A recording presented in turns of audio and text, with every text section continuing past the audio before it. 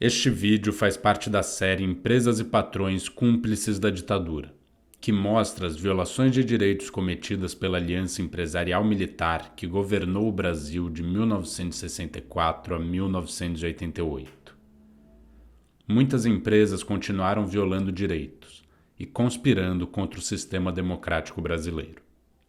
Aos 60 anos do golpe de 64, é necessário afirmar o direito à memória, verdade, justiça e reparação, contra a impunidade, no passado e no presente, dos militares e seus cúmplices civis.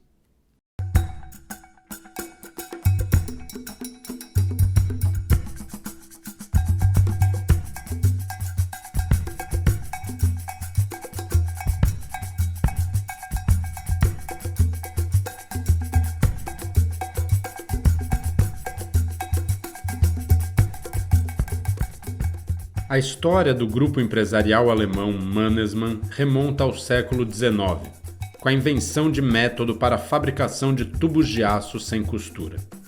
No século seguinte, a empresa se associa com o nazismo, utilizando o trabalho forçado de prisioneiros durante a Segunda Guerra. Wilhelm Zangen, diretor da Mannesmann, era membro do Partido Nazista.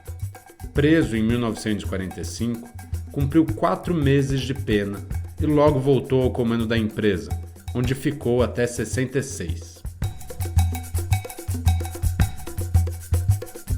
A Mannesmann foi inaugurada no Brasil em 1954, com a presença de Getúlio Vargas e Juscelino Kubitschek. Uma década depois, participa ativamente na conspiração para o golpe de 64, financiando e integrando o IPES, instituto que reuniu militares e empresários golpistas. Diretores da empresa participaram da reunião do edifício Acaiaca, que organizou efetivamente o golpe em Minas Gerais. A partir daí, manteria constante troca de informações com os órgãos de repressão.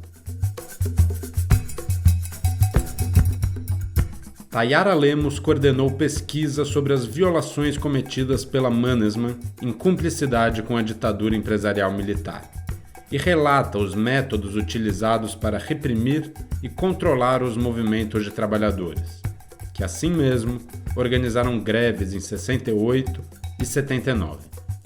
Por sua associação com o terrorismo de Estado, a Mannesmann responde a inquérito no Ministério Público. A empresa que está sendo investigada sob minha coordenação é o Grupo Mannesmann, de origem alemã, que atua no Brasil, em Belo Horizonte, Contagem, desde 1952 como Mannesmann S.A. No ano de 2000, a companhia incorporou-se ao Grupo Valurec e então passou a ser denominada VIM do Brasil S.A. Em 2005, o Grupo Valurec adquiriu 100% do capital da VIM e, em 2013, o grupo passou a adotar apenas a nomenclatura Valurec. Então, a Valurec, em suas várias unidades, produz tubos de aço com e sem costura, atende mercados automotivos, de energia, construção civil, máquinas e equipamentos industriais e também acessórios para o setor de óleo e gás. Além disso, ela produz carvão vegetal e conta com uma unidade de mineração para suprir as suas próprias necessidades de abastecimento internos. Hoje, a Valurec, segundo as suas próprias páginas institucionais, oficiais, conta com aproximadamente 17 mil empregados de trabalhadores e com usinas integradas em mais de 20 países, possuindo no Brasil 8 unidades distribuídas entre os estados de Minas Gerais, São Paulo, Espírito Santo e Rio de Janeiro. O relatório da Comissão da Verdade em Minas Gerais, a COVENG, demonstra que várias empresas mineiras mantiveram cumplicidade com a ditadura. Dentre elas, o caso da Mannesmann se destaca. Os elementos levantados nesse relatório encorajaram o Ministério Público Federal em Minas Gerais a abrir um inquérito civil para investigar como a empresa conspirou, financiou ações pró-golpe, antes mesmo de 64, num primeiro momento, e depois passou a promover graves violações de direitos aos seus trabalhadores, especialmente. Com base em arquivos públicos, no próprio relatório da Comissão da Verdade de Minas Gerais e em arquivos custodiados no Arquivo Público Mineiro, além de testemunhos, são apontados atos de tortura, aprisionamento dentro do pátio da empresa, dispensas injustificadas. Também consta nesses arquivos que a empresa enviava lista de funcionários ao DOPS, o Departamento de Ordem Política e Social, solicitando informações sobre esses funcionários, os recém-admitidos, especialmente, investigações para verificar se eles pertenciam a algum movimento contrário ao regime ou se tinham alguma conduta que fosse considerada subversiva pela ditadura empresarial militar. Além disso, constam desses documentos que havia delações de empregados sindicalizados ao aparato repressivo do regime, repressão de greves ou colaboração com a própria repressão institucional, além de intervenção no sindicato de metalúrgicos e na Delegacia Regional do Trabalho, DRT. Há indícios também de que agentes públicos do aparato repressivo eram infiltrados na empresa, reforçando esse sistema de cumplicidade. Nesses arquivos também existem declarações da própria empresa, quando do golpe em 64, logo que o golpe foi deflagrado em 64, e essas declarações dentro de boletins institucionais que consideravam que a partir de 64 se daria o início de uma nova fase institucional, administrativa na própria empresa. E que também os governantes estariam dispostos a resguardar os princípios democráticos e seguir no desenvolvimento do país. Mas com base em pesquisas feitas pela historiadora Eloise Starling, a gente pode afirmar que dirigentes da Manesma se encontravam em uma famosa reunião no edifício Acaiaca, no centro de Belo Horizonte, em que integrantes do Instituto de Pesquisas e Estudos Sociais de Minas Gerais, o IPES, conspiravam com os militares, políticos, empresários e também com a elite conservadora pró-golpe. Essa pesquisa está consolidada no livro Senhores das Gerais, da Eloise Starling, de 1986. Nessas reuniões eram discutidas ações militares capazes de reprimir tentativas de resistência, articulações político-ideológicas já articuladas e engendradas desde 1963, financiamento dessas ações, estrutura operacional de ação política para disseminação daquilo que eles consideravam seus valores e táticas para responder a ataques.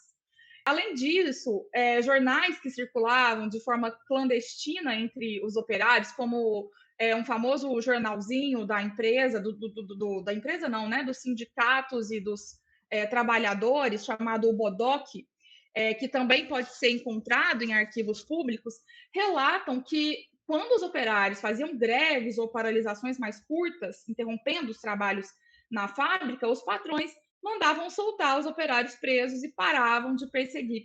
E aí acertavam e ajustavam os salários. Então, tudo isso deixa clara essa aliança com o regime e com o aparato repressivo. As violações de direitos provocadas ou mantidas pela Mannesmann no período ditatorial militar se deram principalmente em relação aos seus funcionários e às suas famílias, pelo que se conhece até esse momento da investigação. Claro que tudo isso afetou a vida da cidade industrial, a paisagem urbana, as relações econômicas e sociais que se davam por ali, já que a cidade industrial, até Contagem, foram construídas no entorno dessas grandes empresas siderúrgicas ali instaladas. Quando a gente analisa as demandas de trabalhadores em greves durante o período do regime, especialmente as greves de 68 e de 79, houve duas greves em 68 muito importantes de metalúrgicos e em 79 mais outras duas. Essas greves, em geral, elas reivindicavam melhores salários, melhores condições de trabalho, junto com também uma análise do retrato econômico do país à época, maquiado pelo mito do milagre econômico.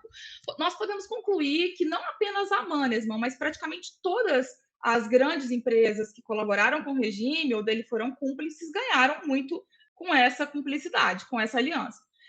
Outro indício é o conhecido arroxo salarial, que caminhava ao lado da inflação, junto com a perda do poder de compra do salário mínimo. Isso vai indicando para a gente que havia benefícios econômicos para a empresa no período. Também a forte repressão às manifestações de trabalhadores, greves e atos para aumentos de salários e melhores condições de trabalho se convertiam em crescimento econômico das empresas e dos empresários. Então, a gente pode dizer que eram tempos de ouro para as empresas e tempos de chumbo e de privação para os empregados.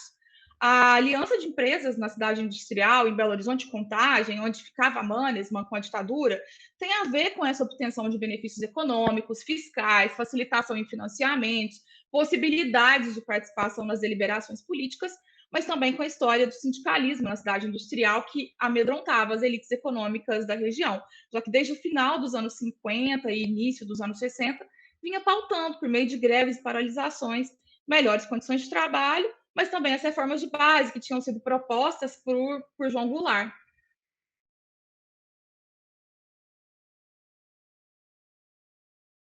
É nosso dia, companheiro.